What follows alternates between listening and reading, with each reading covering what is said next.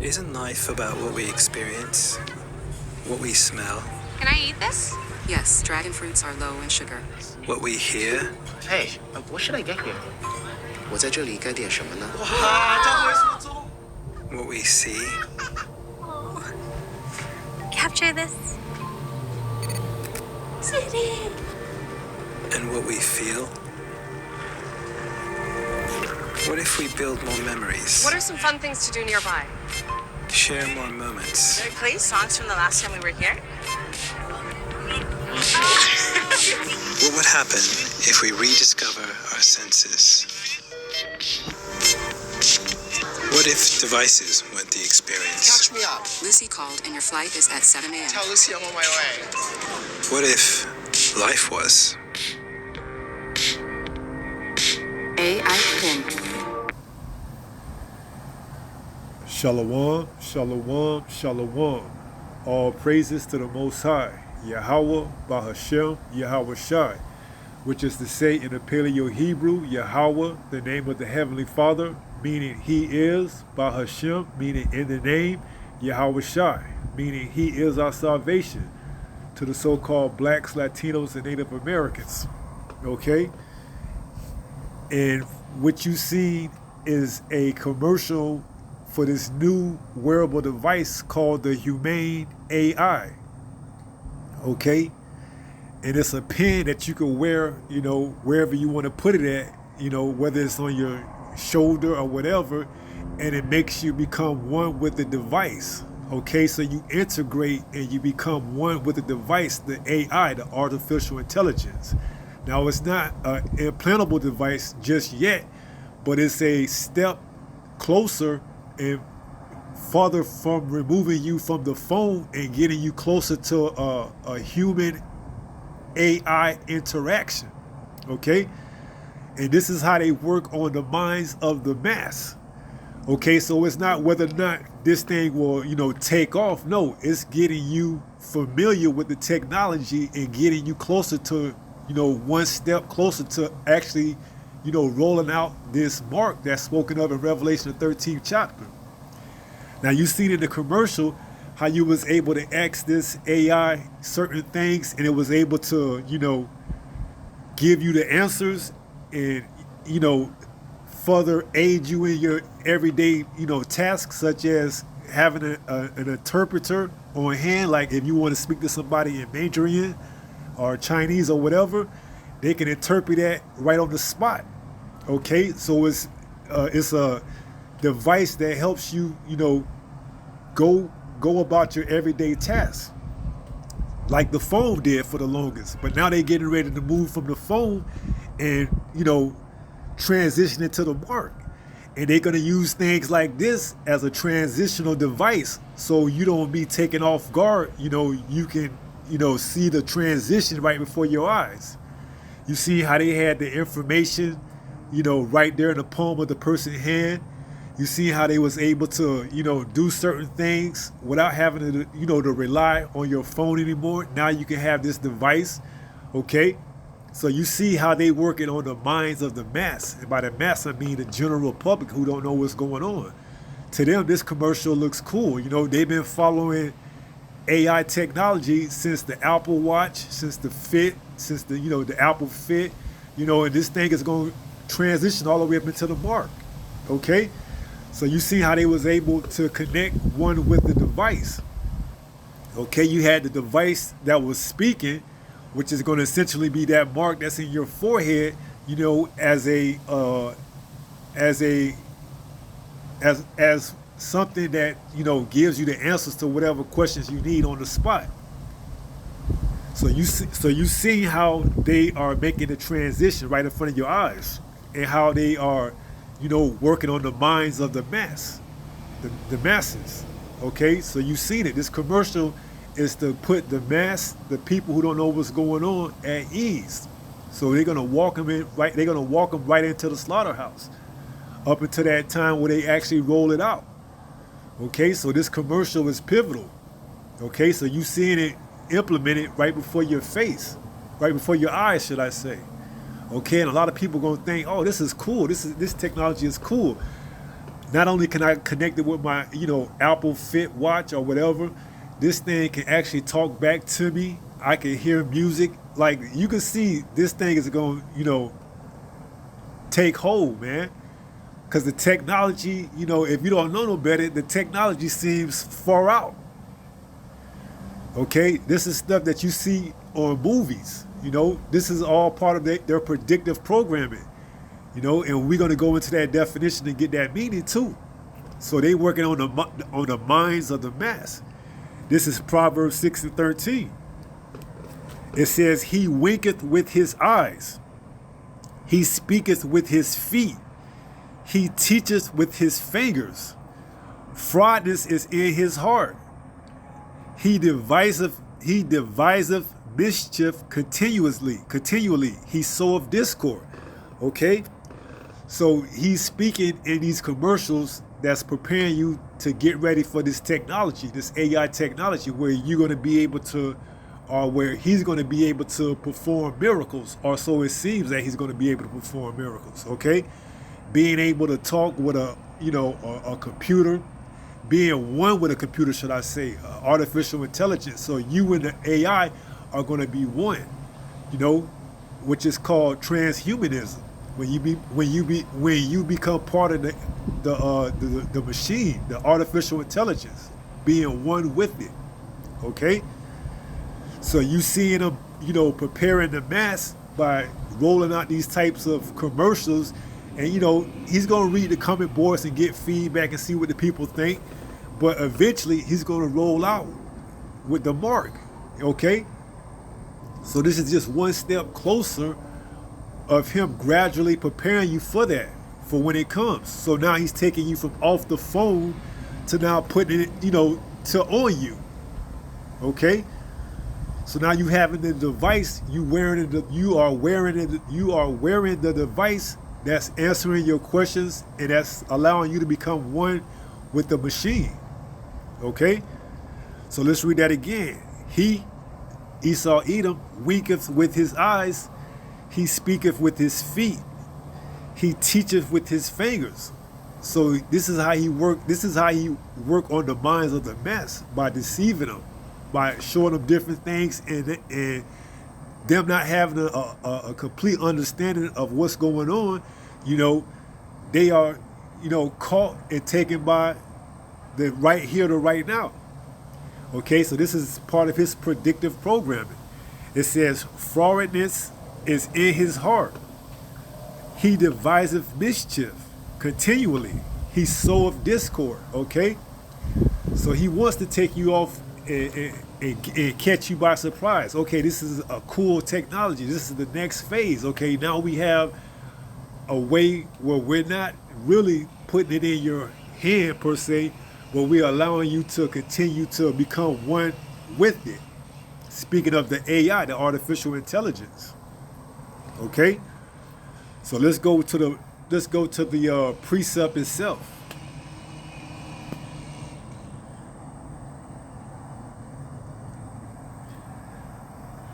This is Revelation 13 and verse 16, and it reads, "And he causes all." And you go into that word "causes," it goes into make. So he's going to mandate. He's going to make this mandatory. Both small and great, rich and poor, free and bond, to receive a mark in their right hand or in their foreheads. In order for you to do business and to be on his grid, you're going to have this. No way around it. And this device that you see, it can provide you with all type of, essential information. You see, like they was in the farmer's market, and they asked the AI, how much does this this root have, how much protein does this have? No longer are you going to need to look on the back or the box, Salakia. No longer are you going to need to look on the back of a box of cereals or look for, on a carton of milk, how much this. No, you're just going to say it, and the AI is going to automatically pull it up right there for you on the spot. So the AI is going to do all the heavy lifting, which is going to make a lot of people, gravitate to it more because it's doing all the work for you. Okay, it's taking the, It's taking the heavy lifting out of the equation for you. And all you have to do is become one with it. So you're going to have, numerous things that you could do with this. Okay? You're going to have your currency, your money on it. You're going to have the internet on it where you can look up stuff. You're going to have your medical records on it.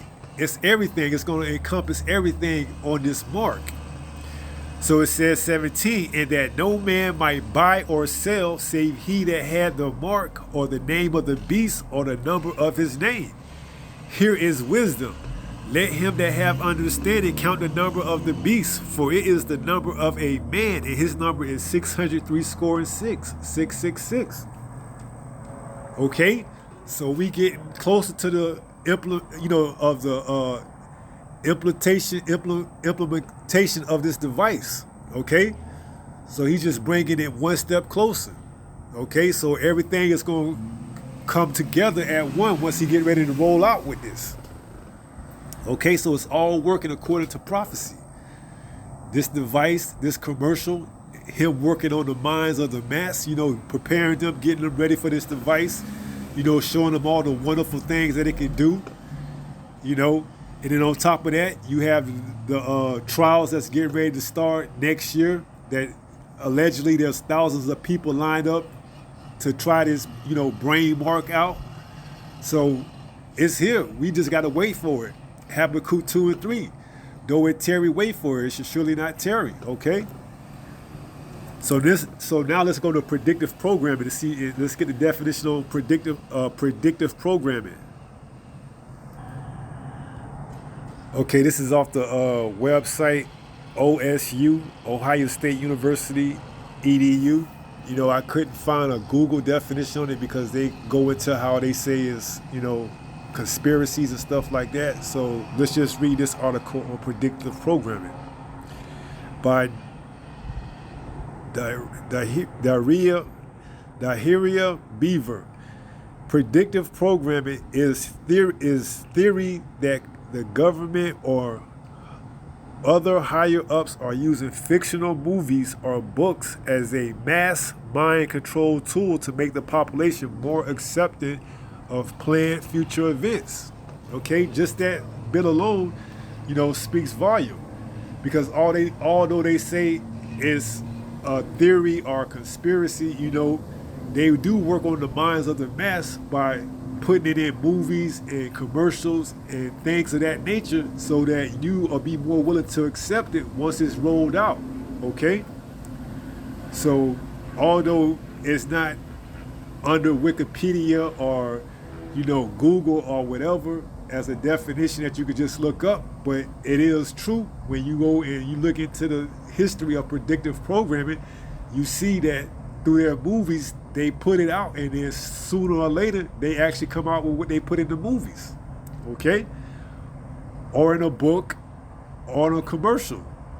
So it's only a matter of time before the mass or the public, accept this and they say, it is what it is. We're going to take it.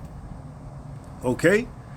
So this is all part of their agenda, and this is how they use certain things to bring out their agendas and to teach the masses so that they'll be willing to accept it once it comes out and they roll out with it. Okay? So yes, this is a thing. It's not just a conspiracy. This is something that actually holds weight.